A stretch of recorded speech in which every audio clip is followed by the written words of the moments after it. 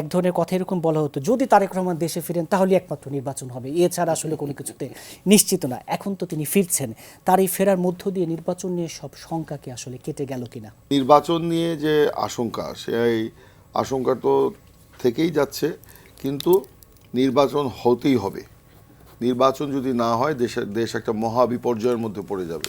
সেই বিপর্যয় থেকে দেশকে টেনে তোলা, এটা একটা মানে এরকম শক্তি আমি দেখছি না।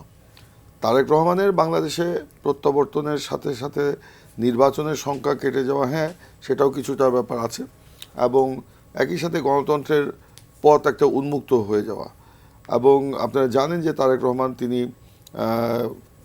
আওয়ামী দুঃশাসনে জুলুম নির্যাতনের শিকার হয়ে নির্বাসনে থাকতে বাধ্য হয়েছিলেন, এবং দীর্ঘ নির্বাসনের পরিসমাপ্তি ঘটিয়ে তিনি আগামী 25শে ডিসেম্বর তিনি বাংলাদেশে প্রত্যাবর্তন করছেন।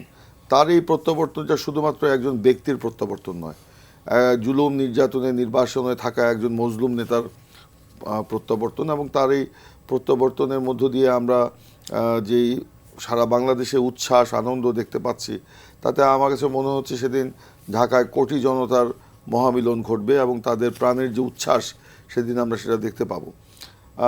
এবং এর মধ্য দিয়ে আমরা গণতন্ত্রের পথে নতুন করে যাত্রা শুরুর যে প্রত্যয় ব্যক্ত করেছিলাম, সেটা কিন্তু আমরা একটা সফলতার দিকে নিয়ে যেতে চাই।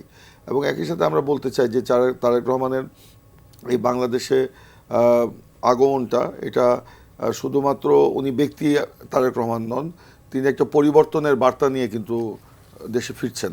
এবং সেই পরিবর্তনটা হবে রাষ্ট্রের পরিবর্তন, রাজনীতির পরিবর্তন, এবং একই সাথে জনগণের জীবনমান উন্নয়নের জন্য তিনি যে পরিকল্পনা গ্রহণ করেছেন, আপনারা জানেন কিনা জানি না, গত প্রায় 1 বছর যাবৎ নয়, প্রায় 3 বছর যাবৎ তিনি দেশি বিদেশি বিভিন্ন বিশেষজ্ঞদের সাথে রীতিমতো বৈঠক করে করে দেশের মানুষের কল্যাণের জন্য, একটা কল্যাণমুখী রাষ্ট্র প্রতিষ্ঠার জন্য তিনি কিন্তু আলোচনা করছিলেন, যার নির্যাস আমরা কিছুটা দেখতে পেয়েছি সম্প্রতিকালে তার বিভিন্ন বক্তব্যের মধ্য দিয়ে।